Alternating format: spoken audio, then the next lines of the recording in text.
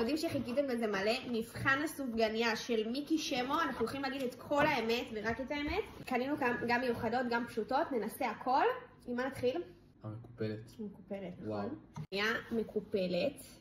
נעשה את זה לשניים, נראה את המילוי בפנים. זה המילוי. פינק במילוי. ממש פינק.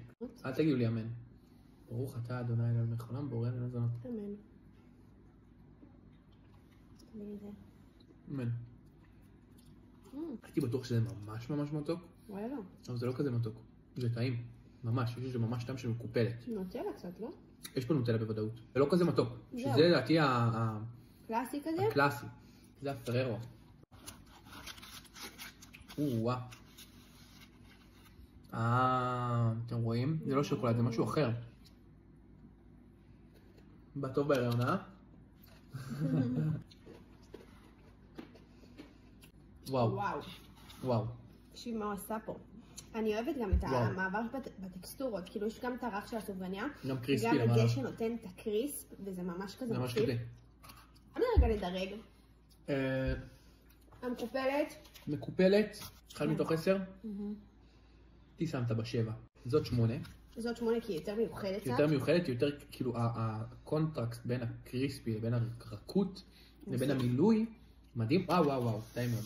סוגיה שאני כל כך ציפיתי לה. תקשיבו, מה זה פינק במילואים? אני חייבת להגיד שבמקומות אחרים זה לא ככה. אנחנו נעשה עוד ביקורת אולי. נעשה.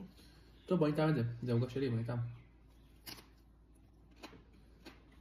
איזה סאונד, מה וואו. זאת הכי מתוקה. אבל היא מאוד מאוד טעימה. יש את האופציה של לקחת אותה עם בלי הלמעלה הלמעלה. או בלי הלמעלה. רציתי לקחת בלי הלמעלה, חשבתי את זה, אבל אמרתי טוב, נו, כבר שמה. בלי הלמעלה, תקחו. תיקחו את זה בלי הלמעלה. זה מפוצץ בפנים, לא צריך. בלי הדבר הזה שפה... בלי הזילוף של הגדה הקנל הזה, למעלה. בדיוק. אז אין. ממש. 7. יאללה. זה הריבת חלב, וזאת זאת הרגילה הרגילה. בלי כלום. ותכלס, הם הכי טעימות שיש. וואו. יש לכם עוד מקומות שאתם רוצים שנבדוק את הסופגניות שלהם, תרשמו לנו פה למטה ונעשה סקירה. מה, אבל אמרנו שהבא זה רוב... לא להגיד. תרשמו.